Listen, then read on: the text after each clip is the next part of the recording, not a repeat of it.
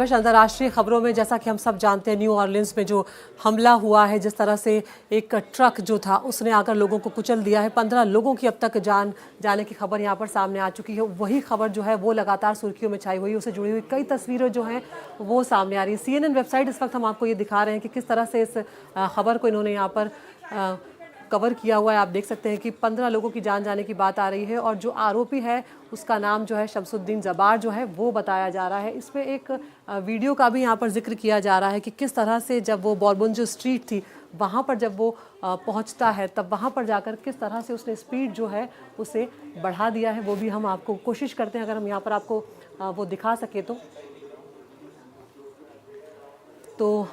वहाँ पर एक वीडियो था जो उसमें ये दिखाया जा रहा है कि किस तरह से बहुत तेज़ी से ये जो ट्रक है इसने स्पीड पकड़ी है। यहाँ से आते यही बॉर्बन स्ट्रीट है जहाँ पर ये आगे जब राइट लेगा तब बहुत तेज़ी से ये स्पीड बढ़ाता है। ये इंटरेस्टिंग वीडियो है, कुछ क्षणों में आप इसे देख पाएंगे क्योंकि CCTV फुटेज के ज़रिए दिखा रहा है जहाँ पर ये था कि किस तरह से वो जो ट्रक आया है और उसके बाद ये आप देख सकते हैं तस्वीरों में,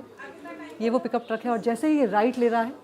इसने तुरंत अचानक स्पीड बढ़ाई और ये लोगों को यहाँ पर कुचलता हुआ चला गया है। तो इस खबर को यहाँ पर प्रमुखता से दिखाया गया कि किस तरह से ये पहले US आर्मी में काम करता था, टेक्सास में ही ये पैदा हुआ था, अमेरिका का ये नागरिक था और इसी मुद्दे को डोनाल्ड ट्रंप जो है अब वो उठा रहे हैं कि किस तरह से बाहरी लोग जो हैं वो आकर अमेरिका में क्राइम को बढ़ा रहे हैं। जितना क्राइम अमेरिका में देखा नहीं गया उससे बहुत ज़्यादा क्राइम अब देखा जा रहा है। डोनाल्ड ट्रंप ये आरोप भी यहाँ पर लगाते हुए नजर आ रहे हैं। इसके अलावा एक और जो बड़ी खबर अब सुर्खियों में बनी हुई है वो जो टेस्ला का साइबर ट्रक एक्सप्लोड हुआ है लास वेगास में, जो कि ट्रंप का होटल है उसके सामने, उस खबर को यहाँ पर प्रमुखता से दिखाया गया है। यहाँ पर बड़ा मामला ये भी है कि इलॉन मस्क जो है जो टेस्ला के ओनर है उन्होंने यहाँ पर साफ तौर पर इसे आतंकी हमला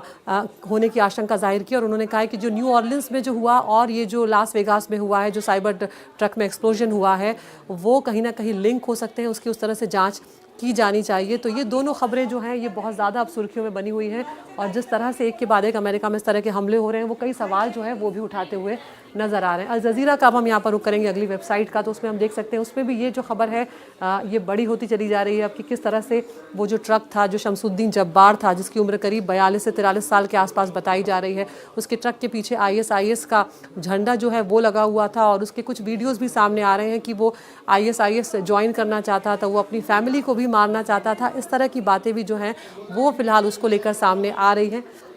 इसके अलावा जो एक खबर यहाँ पर आई है कि Palestinian authority suspends Al Jazeera's operation in the West Bank, जो पश्चिमी तट है वहाँ पर अल जज़ीरा की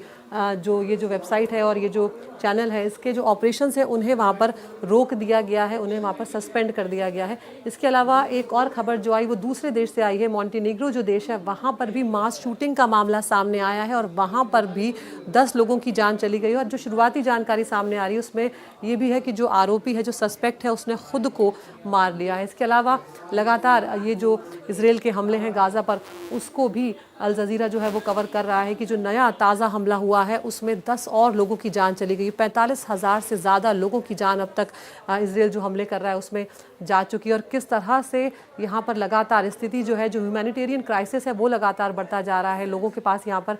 खाने को नहीं है, यहाँ पर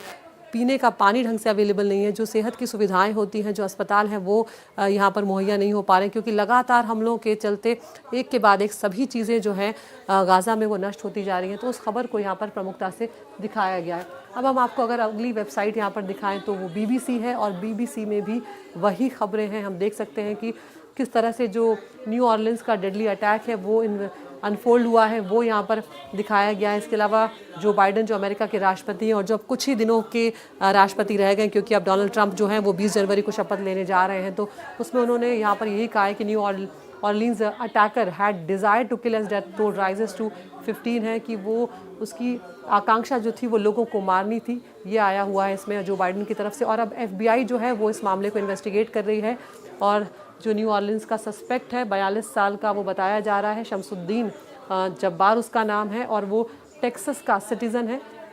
और यही यहाँ पर बताया जा रहा है कि उसने एक पिकअप ट्रक जो है वो लिया था उसने शायद किराए पर ही लिया था और जिसमें 15 लोगों को उसने कुचल कर मार दिया। 35 लोग जो हैं वो उसमें घायल हो गए और इसी को अब FBI जो है इन्वेस्टिगेट कर रही है। और उसके अलावा जो लास वेगास में हुआ है दोनों का कनेक्शन कोई है क्या, इस पर भी FBI जांच कर रही है और अब दोनों को आतंकी हमले के एंगल से ही यहाँ पर देखा जा रहा है। तो अंतर्राष्ट्रीय खबरों में फिलहाल इतना ही।